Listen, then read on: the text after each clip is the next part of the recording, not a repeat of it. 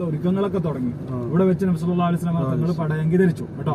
അങ്ങനെ പടയങ്കി ധരിച്ച സ്ഥലത്ത് നിർമ്മിച്ച പള്ളിയായതുകൊണ്ട് പള്ളിക്ക് മസ്ജിദ് ദിറ എന്ന് പേര് പറയും.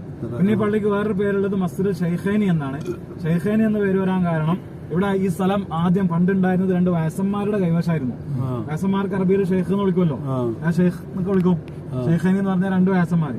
അങ്ങനെ രണ്ട് വയസ്സന്മാര് സ്ഥലത്ത് നിർമ്മിച്ച പള്ളി ആയതുകൊണ്ട് മസ്ജിദ് ഷെയ്ഖൈനി എന്നൊരു പേര് കൂടി ഉണ്ട് കേട്ടോ. പഴയ പള്ളി ഉണ്ടല്ലേ, പഴയ പള്ളി മഴവെള്ളപ്പാത്തിയൊക്കെ ഉണ്ടോ? രണ്ട് മഴവെള്ളപ്പാത്തി കണ്ടതാ ഉണ്ടോ?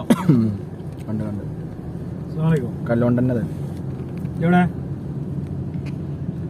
ഒരു ചേർത്ത് എടുക്കോ?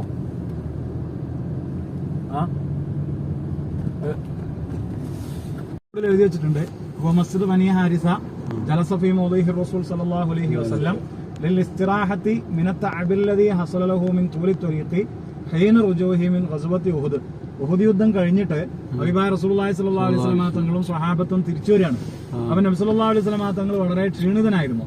റസൂലുള്ളാഹി തങ്ങൾ ക്ഷീണം മാറ്റാൻ വേണ്ടി കയറി ഇരുന്ന് റെസ്റ്റ് ചെയ്ത സ്ഥലമാണ്. നബി തങ്ങൾ ഇവിടെ വിശ്രമിച്ചിട്ടുണ്ട് കേട്ടോ. ഇത് ബനി ഹാരിസ ഗോത്രക്കാരുടെ സ്ഥലമായിരുന്നു. അവിടെയാണ് റസൂലുള്ളാഹി സ്വല്ലല്ലാഹു അലൈഹി വസല്ലം തങ്ങൾ വന്ന് വിശ്രമിച്ചത്. അതുകൊണ്ട് മസ്ജിദ് ബനി ഹാരിസ എന്ന് ഈ പള്ളിക്ക് പേരുണ്ട്. റസൂലുള്ളാഹി സ്വല്ലല്ലാഹു അലൈഹി വസല്ലം തങ്ങൾ ഇസ്തിറാഹത്ത് ചെയ്ത സ്ഥലത്ത് നിർമ്മിച്ച